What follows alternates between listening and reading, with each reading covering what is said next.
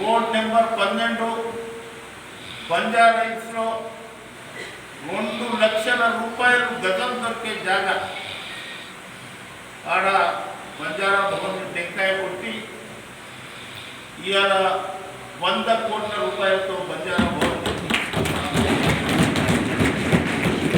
కూర్చోవడానికి, మీరు సమావేశాలు ఏర్పరచుకోవడానికి, మీరు పెళ్లిళ్ళు చేసుకోవడానికి ఆ బంజారా భవన్ దోహదపడుతుంది.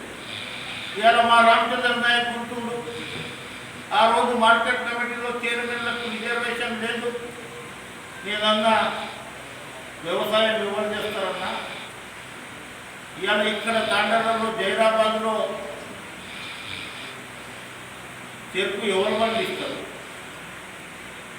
తర్వాత పత్తి ఎవరు పండిస్తారు, ఎస్సీల దగ్గర అయితే అంత భూమి లేదు, గందులు ఎవరు పండిస్తారు, వ్యవసాయం ఎక్కువ చేస్తున్నట్టే గౌరవం చేస్తుంది.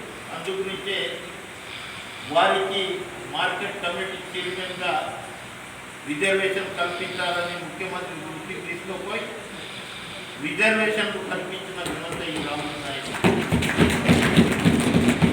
ఇవాళ కమిషన్ మెంబర్ అయినా, ఇవాళ కమిషన్ మెంబర్లో నాకు అన్ని సదుపాయాలు ఉన్నాయి.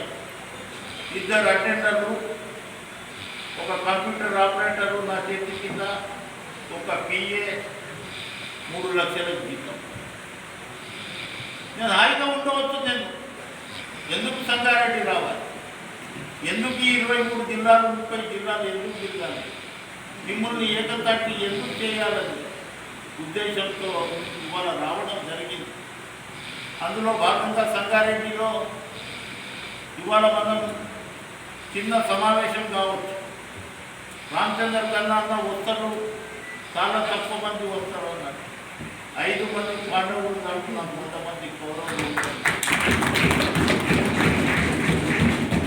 ఇవాళ మీరు కూర్చున్న ఇక్కడ ఒక్కొక్కడు ఒక 1000 మందిని దొరికే పర్సనాలిటీ, కదిలించే పర్సనాలిటీ కూర్చుందని నేను నమ్ముతున్నాను.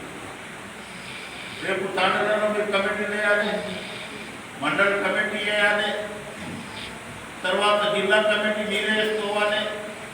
ఇంతకుముందు ఆల్ ఇండియా బంజారా సేవా సంఘ్ ఒకటే ఉంటే, ఆల్ ఇండియా బంజారా సేవా సంఘ్ ఎంప్లాయీస్ కమిటీ ఒకటి ఉంటుంది, ఆల్ ఇండియా బంజారా సేవా సంఘ్ మహిళా కమిటీ ఉంటుంది, ఆల్ ఇండియా బంజారా సేవా సంఘ్ విద్యార్థి కమిటీ వేస్తాం, ఆల్ ఇండియా బంజారా సేవా సంఘ్ యూత్ కమిటీ వేస్తాం.